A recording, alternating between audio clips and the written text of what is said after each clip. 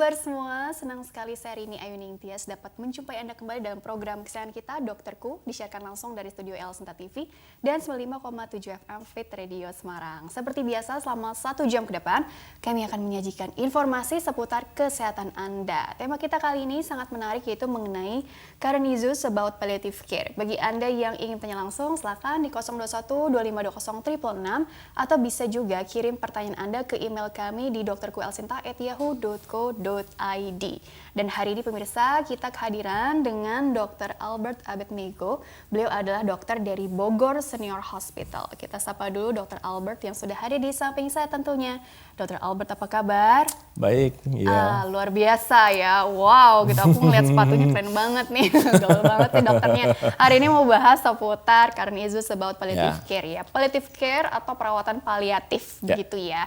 Ini kan dengar-dengar kalau kita mengikuti artikel-artikel kesehatan itu gitu kan dikatakan bagus untuk meningkatkan kualitas hidup atau quality of life bagi pasien-pasien tertentu gitu ya, pasien-pasien khusus gitu ya. Tapi sebenarnya pengertian dari palliative care atau perawatan paliatif ya dok ya. Itu sebenarnya apa sih? Karena kan ada juga yang memang masih belum terbiasa gitu, masih asing gitu dengan istilah ini gitu. Jadi sebenarnya ini konsep yang seperti apa? Pengertiannya dulu deh.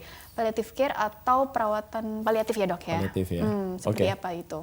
Iya, mungkin ini kan sebenarnya kan palliative care sendiri ya. Itu kan sebenarnya kan awal mulai itu kan di Amerika dulu waktu itu. Kita tahu bermula dari pasien cancer kan. Nah, di mana pasien cancer itu pertama perawatannya juga jangka waktu yang lama, dan juga kita sebagai dokter juga dulu konservatifnya itu kan kita ngobatin, oh dia sakit apa, kita tackle atau kita solve isu penyakitnya seperti itu. Tapi ternyata kan sebenarnya manusia itu sifatnya holistik ya, nggak cuman katakanlah misalnya oh dia ada tumor nih, ada benjolan, pada saat dia dioperasi benjolannya hilang, terus kita pikir semua itu selesai. Tapi ternyata uniknya manusia itu kita nggak hanya mentreatment dari apa yang kita temukan secara objektif, tapi kita juga ada sisi-sisi lain gitu kan. Contohnya paling simpel itu adalah isu finansial. Terus juga yang sakit itu bukan hanya pasiennya, tapi juga keluarganya itu sendiri kan. Yang turut merawatnya gitu ya. Betul. Caregivernya. Betapa stresnya merawat atau mendampingi si pasien itu sendiri gitu kan. Apalagi sekarang kan sistem ya mungkin sebenarnya bersyukur sih Indonesia sekarang udah ada itu ya, sistem yang menjamin JKN itu, yang menjamin sosial. Tapi kita juga perlu ketahui itu kan sampai ada yang nemeninnya bisa berjam-jam seperti itu. Agak lama gitu. Betul. Jadi balik lagi kita ke palliative care itu sendiri. Jadi konsep pendekatan paliatif itu adalah kita menterapi atau men-solve penyakit dari si pasien itu nggak hanya cuman dari sisi penyakitnya, tapi juga ada aspek-aspek lainnya. Dari sisi holistik kan, betul. Menyeluruh gitu ya. Nggak bisa dari satu sisi aja ngobatin penyakitnya aja. Tadi ada tumor ganasnya, oh itu yang diatasi enggak ya. Tapi kan tadi manusia tadi ada kesehatan. Artinya nggak hanya kesehatan fisiknya aja, kesehatan mentalnya, spiritual, sosial dan lain-lain gitu ya. Segala aspek dilihat. Betul.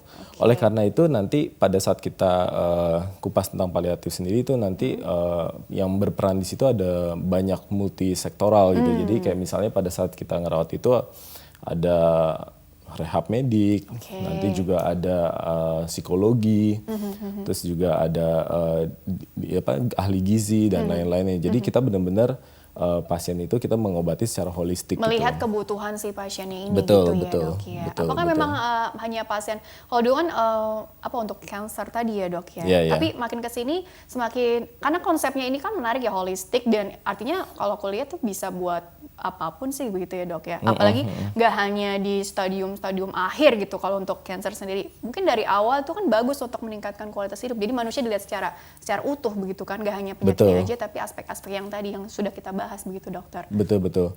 Jadi definisi paliatif sendiri juga nggak sempit hanya untuk cancer aja, tapi juga untuk penyakit-penyakit lain yang mungkin sifatnya agak high atau berat ya.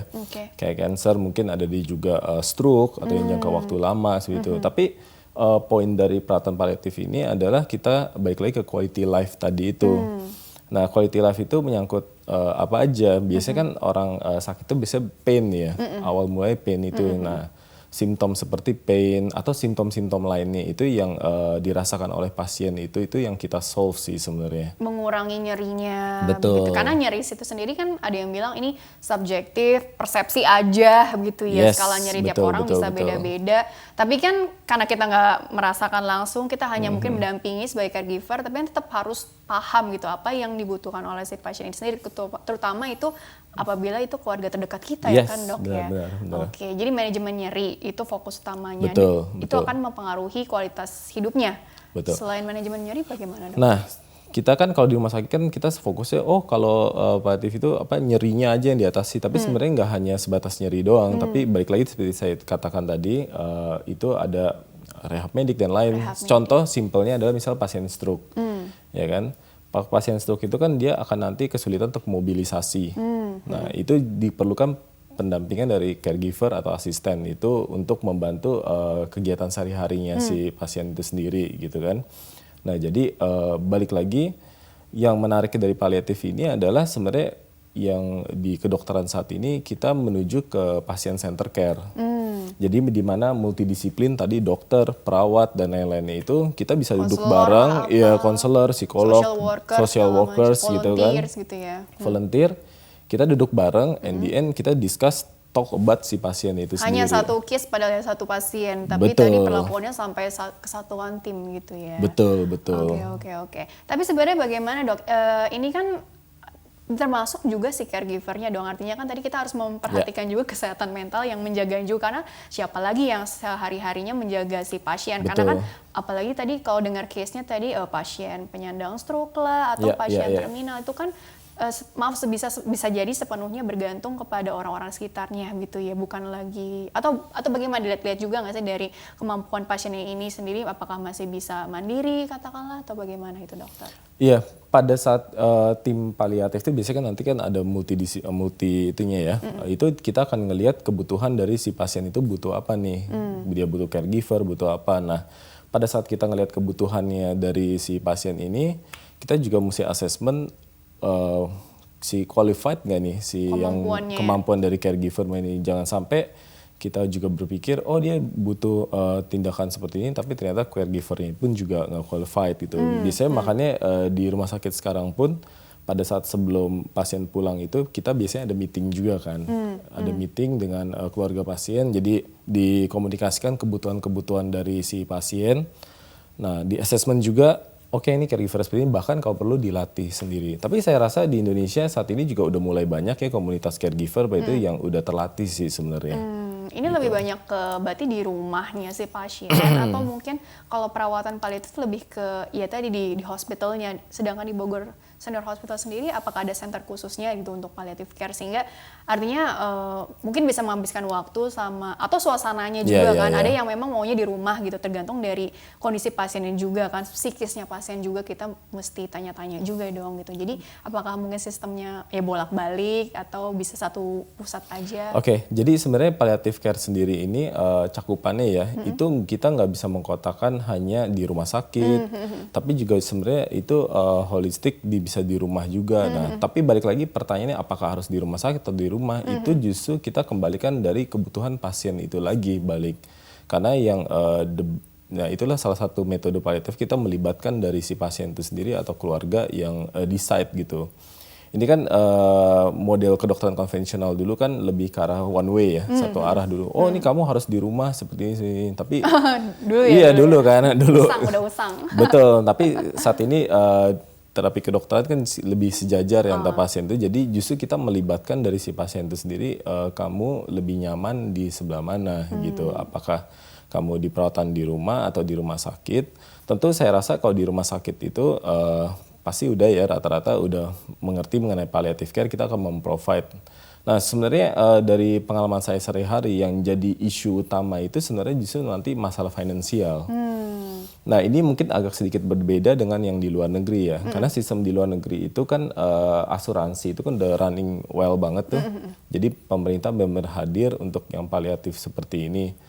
Nah, sedangkan ya good untuk JKN saat ini sih untuk udah provide itu, tapi good lagi kalau bisa juga home care difasilitasi untuk pasien-pasien seperti ini. Oke, karena kan Gitu. bisa aja kita kan butuh alat, misal bantu Yes. oksigen lah atau apa gitu ya, atau mungkin apapun untuk mobilisasi pasien kan bagi ya syukur-syukur kalau memang keluarganya bisa mengcover itu. Tapi kalau enggak kan tadi kan butuh itu tadi ya perhatian khusus Iya. juga dari bantuan-bantuan dari pemerintah misalnya begitu ya dok ya. Betul, betul. Oke. Ya dari pengalaman saat ini sih kalau saya lihat justru nanti isu utamanya itu justru dari finansial.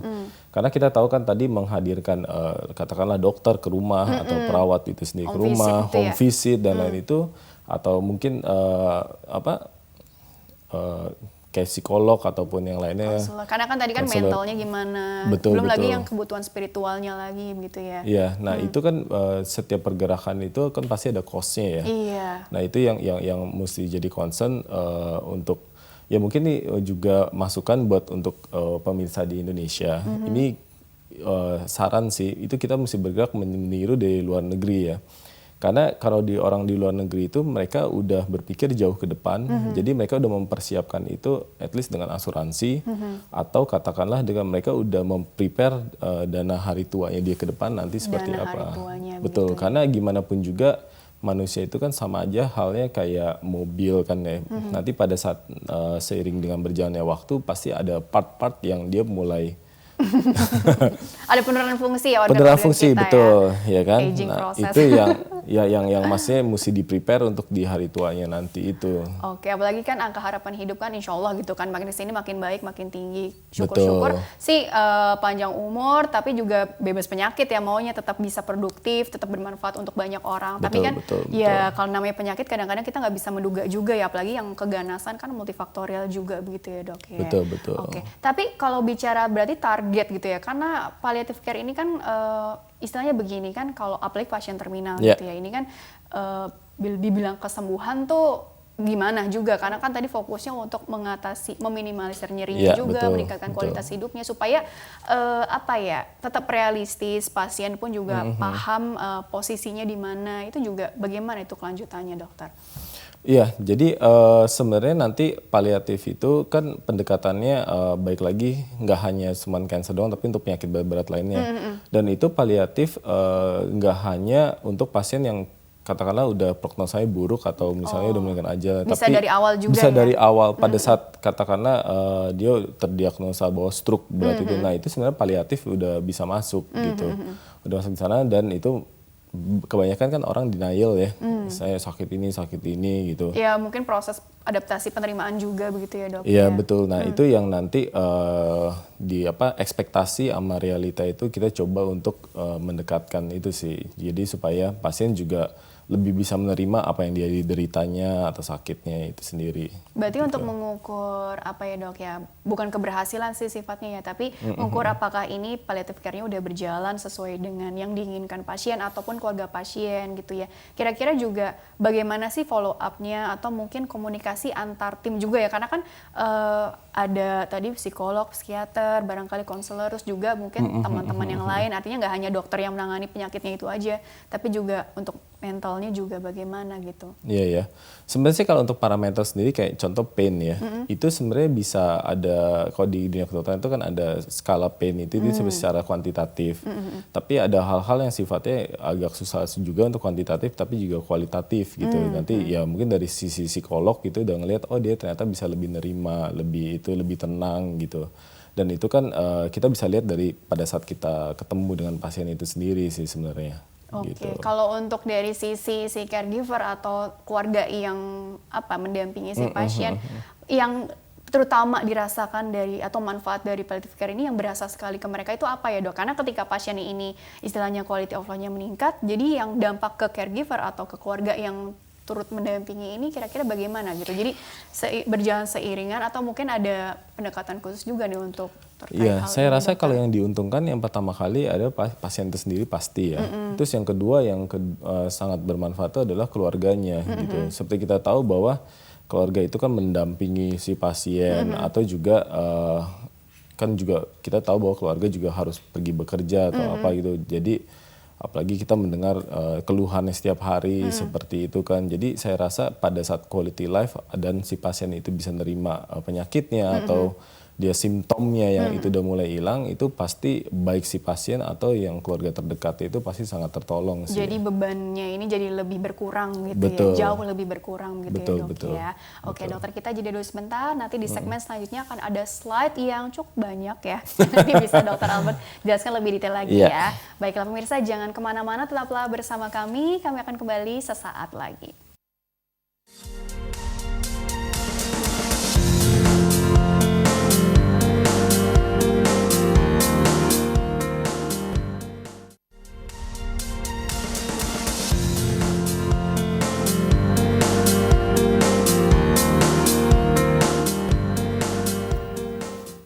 Ya pemirsa, terima kasih Anda masih bersama kami di program Dokterku.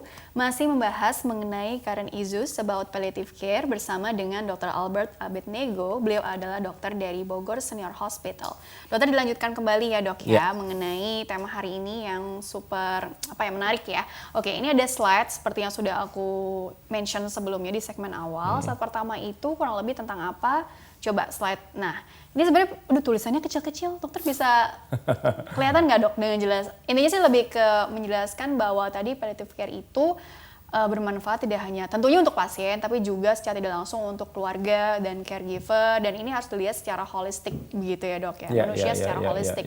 Oke, jadi sebenarnya apa sih yang dimaksud dengan palliative care? Dan ini poin-poin apa yang mungkin bisa dokter jelaskan singkat aja kali ya?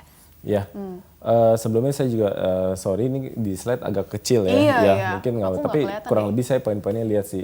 Jadi kalau kita lihat sebenarnya cakupan dari palliative care ini, kalau kita lihat yang paling atas itu berbicara tentang multidisiplin, yang seperti kita discuss sebelumnya, bahwa perawatan paliatif ini nggak cuman dia sakit mata, ya udah obatin matanya aja, atau dia ada benjolan kita obatin benjolannya, tapi dibutuhkan profesi-profesi lain seperti nurse, seperti rehab medik, itu. Jadi kita benar-benar men-treat secara holistik pasien itu sendiri.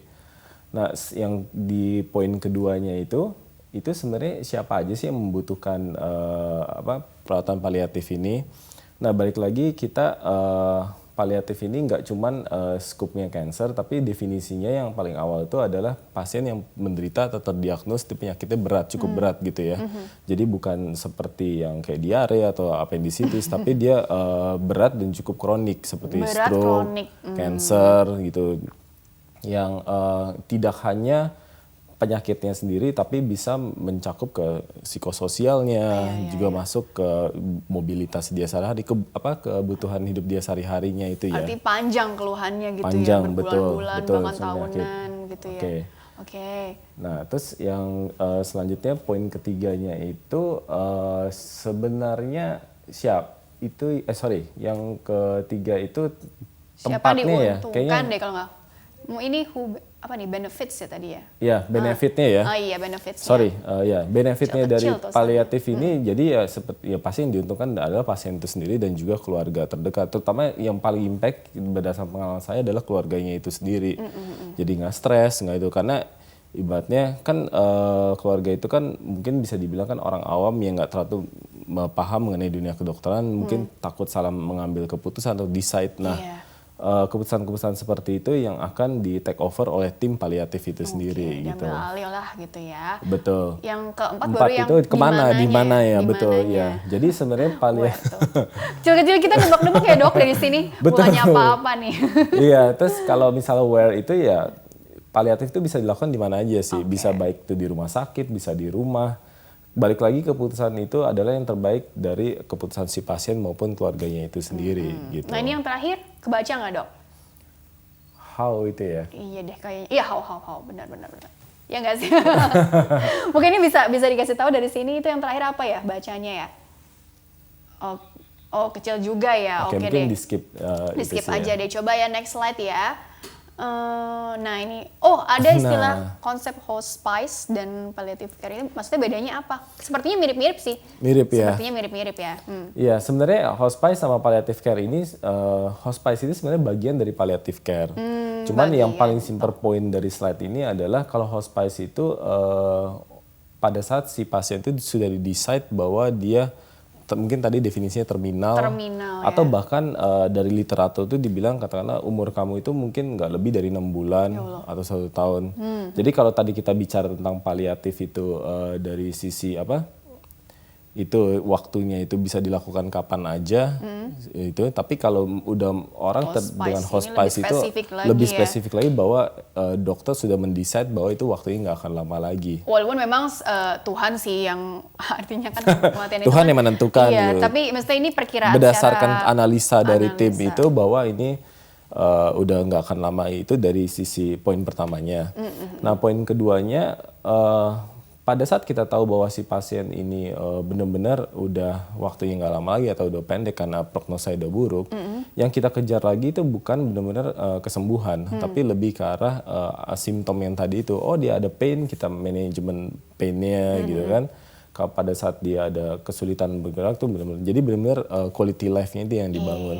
Iya, dioptimalkan gitu ya. Betul. Sedangkan kalau untuk palliative care sendiri, dari sisi apa yang tadi yang kayak psikososial itu semua tetap masuk sama seperti hospice. Cuman bedanya di palliative care ini tetap pengobatan untuk menterapi si pasien itu tetap berjalan. Oh, terus ini di-combine gitu jadinya hospice palliative care gitu ya, Dok ya? Jadi sebenarnya kalau secara singkatnya dari sisi timeline, orang masuk palliatif dulu, nanti pada saat di-decide, oh ini sebentar lagi itu masuknya ke hospice. Oke, baik. Coba slide selanjutnya lagi. Slide selanjutnya.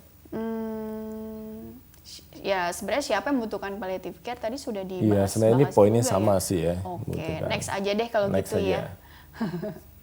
Pelayanan ya interdisipliner, artinya tim-tim yang terlibat nih tadi ada cukup banyak begitu ya, Dok. Betul, ya. betul. Tapi mungkin ada sedikit perbedaan atau bukan bermaksud membandingkan juga sih ya, Yeah, nanti yeah. juga nggak apple to apple, tapi di negara maju dengan di sini nih di negara yang apa ya menuju maju lah ya, kalau negara berkembang nanti berkembang mulu. Bagaimana dokter? Nah, jadi ini cukup menarik ya interdisiplin ini, karena ini merupakan konsep yang baru, yang terutama saat ini sudah banyak dilakukan untuk pasien-pasien geriatri sebenarnya. Geriatri ya. Ya, mungkin penjelasan singkatnya gini, dulu itu dunia kedokteran itu kan setiap disiplin ilmu itu kan kita mungkin sering dengar sehari-hari itu semua dokter berjalan sendiri-sendiri kan. Oh saya sakit penyakit dalam nih, dokter penyakit dalam yang maju.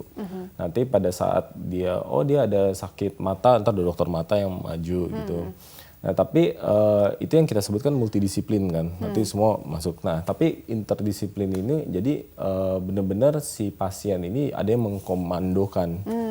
Jadi benar-benar mungkin kalau pada umumnya di istilah kedokteran itu adalah patient center care. Jadi kita benar-benar fokus ke yang tadi membahas topik si pasien itu, tapi dikelilingi oleh multidisiplin. Jadi sebenarnya kalau dalam bahasa kedokterannya interdisiplin yang multidisiplin, gitu. Ya. Cuman ada komandonya ya. Jadi kayak contoh, misalnya pada saat setiap dokter mentreat obat-obatan atau pemeriksaan penunjang itu kan kadang suka banyak tuh obatnya. Jadi ada satu dokter yang benar-benar memilah-milah mana sih yang dibutuhkan oleh pasien ini, mana yang enggak. Termasuk untuk meminimalisir efek samping juga ya. Betul. Karena kan baru lihat jumlahnya aja kan udah ada perasaan nggak nyaman gitu ya. Belum lagi efek samping mual muntahnya segala macam. Jadi itu berusaha untuk ditekan, jadi dievaluasi lagi Betul. lagi gitu ya. Coba slide selanjutnya lagi. Tentang apa barangkali? Bagaimana mengawali palliative care? Nah ini yang tadi sebelumnya kita bahas. Jadi ya poin-poinnya kita nggak cuma ngobatin dari si penyakitnya itu sendiri, tapi kita juga mesti bangun hubungan dengan si pasien itu, karena dari hubungan itu kan nanti kita bisa lihat ada problem apa sih. Misalnya dia juga ada problem dengan keluarganya, ada itu dan itu yang kita perlu solve juga gitu.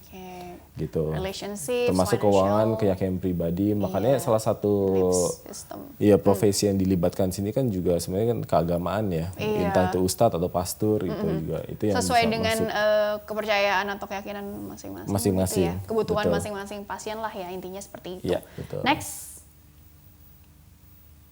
Oke, diskusi terus gitu ya. Ini poinnya sama sih seperti yang tadi. Intinya juga keluarga kali ya, yang tadi caregiver tadi ya, pendamping tadi, yang kalau ada yang kurang-kurang atau yang ngeganjel tolong diutarakan gitu ya, biar kita tahu jalan keluarnya bagaimana, dicari sama-sama. Betul. Gitu jadi ya, poinnya paling penting ini justru di komunikasi sih. Jadi dari baik sisi pasien maupun dokter itu juga mesti terbuka ya. Betul. Nggak ada yang ditutup-tutupi begitu ya, Dok ya. Nggak, takutnya ada yang ditutup-tutupi kan. Terus juga yang menariknya kalau kita lihat konsep palliative care ini itu benar-benar yang si timnya itu benar-benar mesti punya empati yang tinggi kali ya, karena kan Empat gitu nggak ya. cuman ngobatin penyakitnya, tapi kita juga ngobatin dia punya masalah keuangan, dia ada masalah sama keluarga, dan jadi benar-benar mesti deep banget. Dan itu mungkin implementasi sehari-harinya juga takes time banget ya, Iya, untuk handle benar-benar. satu pasien udah kayak Membangun trust juga bagaimana ke Betul, pasien, betul. membangun apa ya raportnya, kedekatannya segala macamnya Betul, juga betul. gitu ya. Oke, coba Ya. next lagi. Ya ini meliputi, wah ini poin banget. Menegaskan hidup dan menganggap mati Iya. sebagai proses yang normal ya. Nah, balik iya. lagi kan tadi kita tahu bahwa paliatif itu dan hospice care tadi itu kan lebih ke arah penyakit berat yang mungkin tanda kutip orang stigmanya adalah mendekati ajal tadi itu kan. Jadi kita mendekatkan bahwa ya ini proses kematian itu adalah proses yang normal yang akan dilalui semua orang. Ini untuk supaya ekspektasi sih sebenarnya. Oke. Iya. Oh iya, tadi bagian dari yang hospice palliative Betul. care itu tadi ya, menegaskan hidup dan menganggap mati sebagai proses yang normal. Ya memang ini nggak mudah ya dok ya, artinya ya memang perlu pendampingan tadi secara spiritual juga begitu ya dok. Betul, makanya ini tugas yang kelihatannya simple tapi ini butuh bener-bener Ya. Justru wah, bebannya berat sekali sih sebenarnya ini. Ya Tidak aspek psikologis dan spiritual. Terus kita juga nggak bertujuan tadi kan mempercepat atau melambat kematian, tapi lebih ke arah quality life-nya dia gitu. Oke, apalagi tadi pemilihan kata-kata itu akan sangat berpengaruh ya dok ya terhadap ketenangan pasien juga gitu ya. Betul, betul. Apalagi yang lebih sensitif kan karakter orangnya juga, jadi betul-betul pendekatannya mesti hati-hati juga sih kalau aku pikir di Betul, sini ya dok ya. betul. Tapi tadi peredakan nyeri dan gejala fisik lainnya yang mengganggu itu sudah Betul, dijelaskan juga tadi ya. Mungkin yang cukup angkat adalah tidak mempercepat dan memperlambat kematian ini. Maksudnya bagaimana nih? Kita seringkali ini pengalaman saya pasien cancer gitu ya, kita temuin misalnya stadium akhir gitu. Kan kita tahu bahwa stadium akhir itu ya, atau terminal itu kan dia udah pain ya, dan fungsi organnya juga udah drop. Nah, seringkali kan option yang ditawarkan atau yang dipikirkan oleh si keluarga itu adalah maunya sembuh kan. Tapi kita secara realistis juga bahwa kita tahu ini fungsi organnya udah ibaratnya nggak akan kembali ke normal gitu.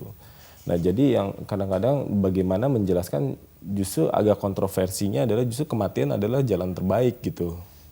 Gitu untuk bahwa karena baik lagi kita tujuan paliatif kan quality life.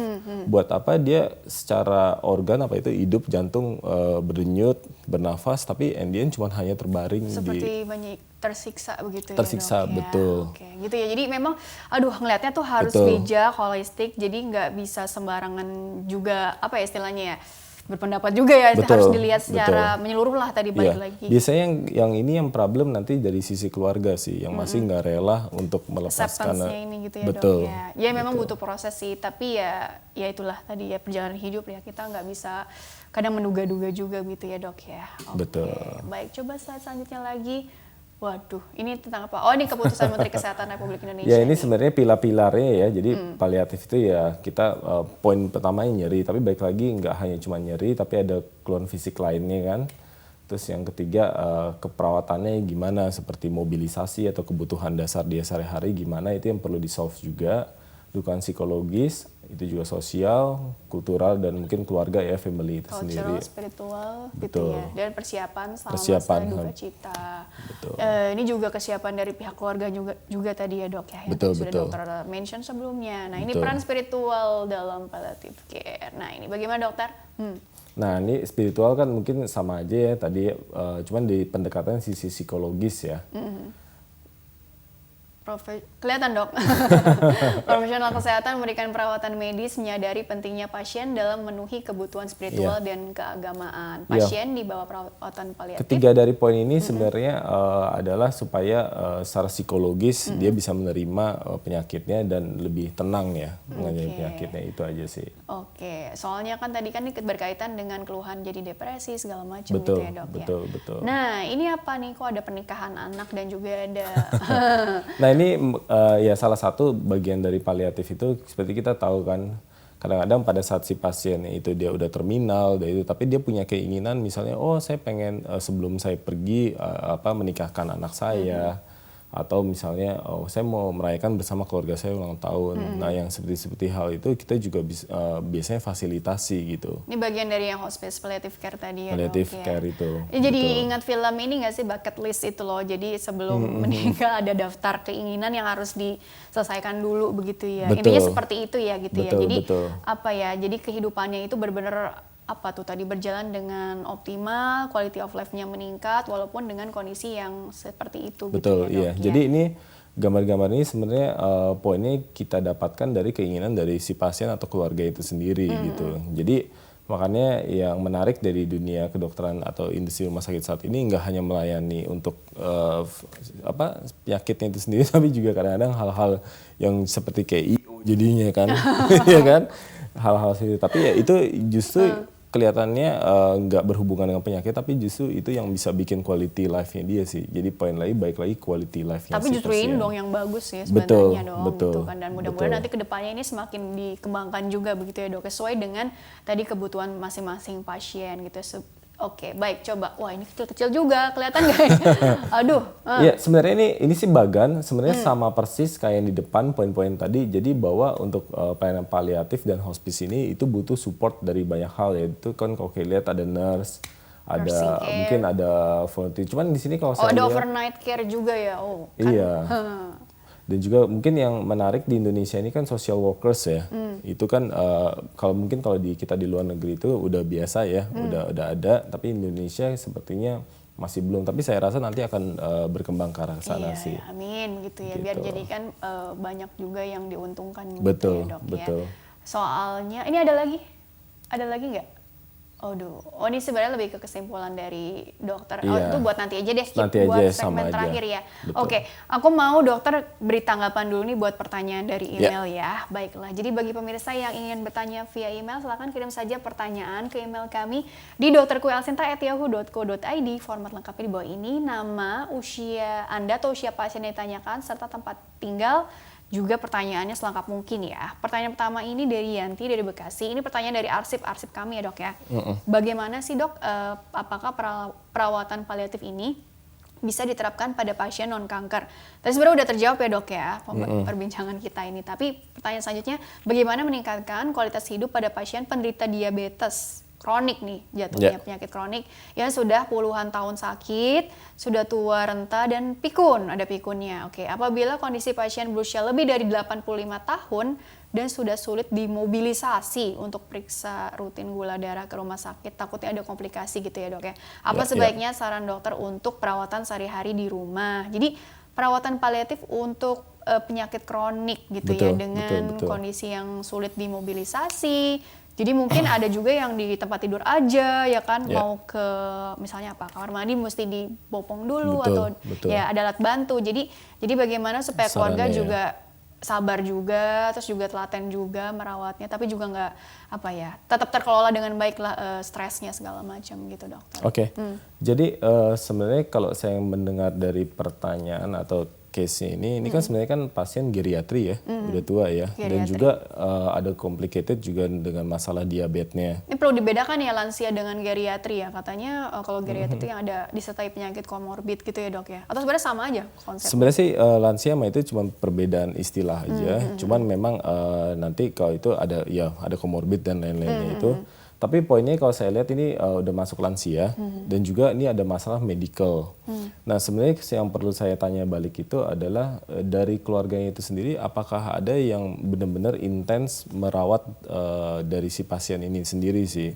Karena kalau saya lihat ini kan banyak aspek ya, masalah medisnya itu sendiri dan juga masalah sosial menemani sehari-hari. Baik lagi kita sentuh tadi itu palliative care itu kan nggak hanya ngobatin si diabetesnya itu, tapi bagaimana keseharian dia, mobile dia ke kebutuhan dasar dia gitu, apalagi tadi sepertinya terbaring saja ya gitu. Jadi mention isunya adalah quality life-nya dia si pasien itu sendiri. Nah, baik lagi kalau pertanyaannya ke sarannya, sebenarnya saat ini udah banyak berkembang, mungkin baik lagi ke luar negeri ya, kayak di Amerika, kayak di Jepang, itu disarankan sebenarnya baik ke orang lansia ini balik ke community. Nah ini yang kita lakukan di rumah sakit. Itu kita juga ada merawat pasien-pasien yang istilahnya long term care.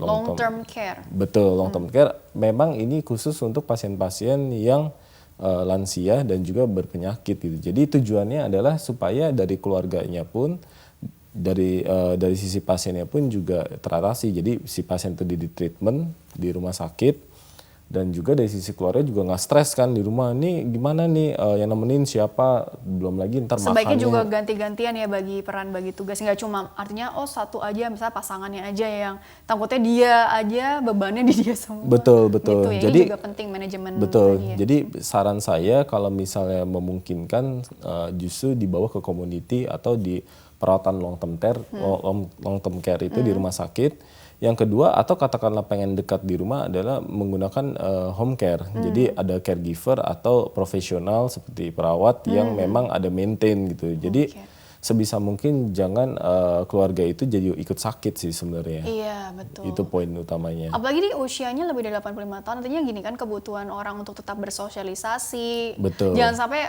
kesepian, udah pikun kesepian juga gitu kan. Iya. Itu makin menurunkan kualitas hidup gitu ya. Apalagi Betul. gula darahnya ini terkontrol atau enggaknya kan belum tahu ya, karena kan istilahnya untuk periksa ke rumah sakit ada kendala juga untuk mobilisasi gitu ya. Jadi kurang lebih harus dilihat lagi evaluasinya banyak gitu ya dok ya. Betul.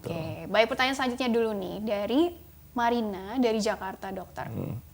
Bagaimana cara menjelaskan kepada anak-anak di bawah umur, ini sering ditanyakan juga ya, yang masuk nih, tentang penyakit keganasan yang dideritanya supaya dia bisa menerimanya dokter. Terima kasih. Tapi ini masih general ya pertanyaannya ya, anaknya usia berapa, terus sakitnya sakit apa gitu ya. Tapi paling enggak teknik penyampaian ya dok ya. Karena kan kalau orang dewasa mungkin proses grievingnya sampai benar-benar denial dulu sampai benar-benar acceptance kan itu aja makan waktu ya, takes time tadi dokter bilang. Tapi kalau yang di anak-anak bagaimana itu ya? Lebih butuh bagaimana dok? Sebenarnya sih kalau dari anak, baik lagi kita nih masih belum clear anak-anaknya macam-macam ya, ada usia 4 tahun, 5 tahun, ataupun 16 tahun, 7 remaja gitu ya? Betul, jadi pendekatan itu pasti berbeda komunikasinya. Cuman yang paling jelas itu paling gampang adalah lihat dari simptomnya. Kan, oh saya sakit nih, saya sakit, oh iya. Nanti kita jelaskan masuknya dari awal penyakitnya, maksudnya simptomnya ya, gejala yang dia timbulkan itu. Oh saya sakit, oh iya kamu misalnya katakan leukemia, kamu ada kelainan darah atau apa, jadi bikin kamu sakit gini.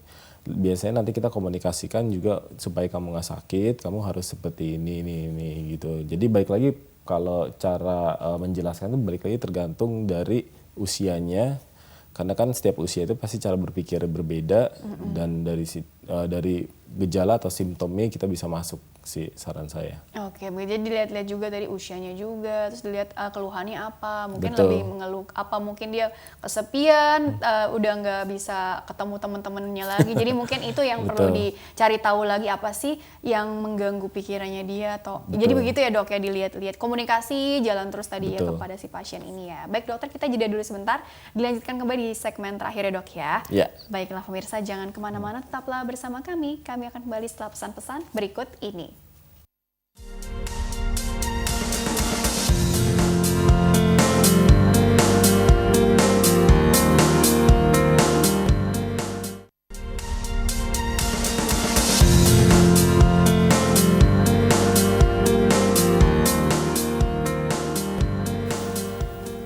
Ya pemirsa, terima kasih Anda masih bersama kami di program Dokterku, masih membahas mengenai current issues about palliative care bersama dengan Dr. Albert Abednego dari Bogor Senior Hospital. Dan dokter dilanjutkan kembali ya sebelum ke closing statement. Aku mau gini, jadi kan ini kan temanya ini cukup tadi holistik tadi ya dilihatnya. Jadi sebenarnya sebelum kita masuk kesimpulan, sebenarnya apa sih yang ingin dokter lebih tekankan gitu untuk meningkatkan awareness kita terhadap apa nih? Apakah mungkin lebih ke ya sebaiknya ya memang membangun gaya hidupnya seperti apa sih supaya kita juga lebih terjaga masa depannya, atau mungkin mempersiapkan apa, karena tadi kan financial juga yang isu yang paling utama yang dokter singgung-singgung selalu dari segmen awal ya. Jadi sebenarnya apa itu dokter yang ingin dokter tekankan sekali lagi? Ya sebenarnya kan baik lagi jauh lebih baik mencegah daripada mengobati kan, dan seperti kita tahu lifestyle itu daya ungkit utama ya untuk penyakit. Dan kalau kita lihat mengenai penyakit yang high gitu kayak cancer ataupun penyakit stroke atau itu kan sebenarnya backgroundnya kan lifestyle semua sebenarnya. Jadi saya menganjurkan untuk semua dari kita itu untuk memiliki gaya hidup yang sehat itu udah pasti yang pertama. Terus yang kedua seringkali pada saat seorang itu terdiagnos mengenai penyakit yang berat tadi itu stroke atau cancer itu kadang-kadang keluarga itu lebih mengarah ke kadang-kadang ignore. Itu yang cukup jadi terabaikan jadi lah ya, terabaikan jadi masalah gitu. Apalagi ini kan sifatnya ngomongnya kan bisa bisa belasan tahun atau bisa itu kan sakit seperti itu kan pasti keluarga juga capek kan.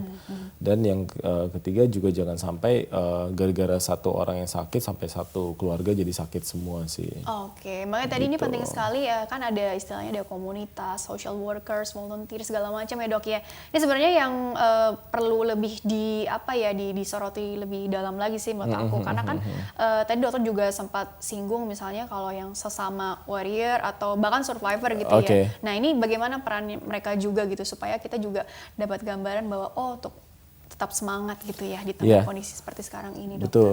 Gimana pun juga komunitas yang positif ya, apalagi sesama menderita itu biasanya good. Apalagi sekarang kan dengan ada media sosial ataupun itu bisa difasilitasi. Apalagi di tengah pandemi kan mungkin tatap betul muka langsung bisa kan menggunakan Zoom atau apa gitu. Karena itu komunitas itu menjadi suatu hal yang penting. Selain juga bisa untuk saling menguatkan secara spiritual, bisa juga dari knowledge kan. Terutama juga mungkin apa yang kita alami saat ini itu juga bisa membantu teman-teman yang mungkin masih di fase awal atau yang baru terdiagnos bahwa dia sakit seperti itu. Itu pasti akan sangat membantu. Jadi sih. saling menginspirasi, saling menguatkan gitu ya dok. Betul, ya. Jadi karena kan namanya zaman kita mudah mengakses informasi, khawatirnya nanti baru baca apa, diyakini benar. Padahal itu belum tentu sumbernya akurat. Jadi lebih baik tadi konsultasi atau diskusi dengan teman-teman yang sudah pernah mengalami sebelumnya juga kan lebih akurat juga, dapat semangatnya langsung, spiritnya langsung gitu ya dok ya. Betul. Oke, kurang lebih seperti itu. Dokter karena waktunya juga terbatas kan ya. Jadi kesimpulannya singkat saja mengenai tema hari ini dokter, apa sih yang ingin dokter sampaikan di closing statement ini? Silakan dokter. Iya, seperti kita ungkapkan bahwa hari ini kan kita membahas tentang palliative care. Kita ketahui bahwa palliative ini banyak untuk penyakit-penyakit yang ini ya, yang high gitu ya. Kayak misalnya contohnya kayak stroke, kayak cancer dan lain-lainnya, ke jantung dan lainnya. Itu kita tahu bahwa semua bermula dari lifestyle gitu. Jadi tentu kita menganjurkan untuk mencegah jauh lebih baik daripada mengobati. Dan yang kedua statementnya adalah supaya jangan sampai gara-gara satu orang sampai satu keluarga sakit semua. Jadi oleh karena itu hadirnya tim paliatif ini akan menjawab semua kebutuhan itu sih untuk keluarga. Dan mungkin juga perlu pertimbangan juga tadi yang investasi masa depan dengan pertimbangkan apa ya, nabung buat asuransi atau apa gitu ya dok ya. Iya, bisa betul. juga gitu ya. Artinya kan ini untuk masa depan yang jauh lebih baik begitu ya. Kurang lebih seperti itu. Oke dokter, terima kasih telah berbagi ilmunya di sini. Mudah-mudahan membawa banyak manfaat untuk orang banyak. Sukses selalu untuk Dr. Albert ya. Oke, baiklah pemirsa. Terima kasih juga Anda telah mengikuti program ini. Saya Rini Ayuning Tias beserta seluruh yang tugas mohon undur diri dari hadapan Anda. Sekian dan sampai jumpa.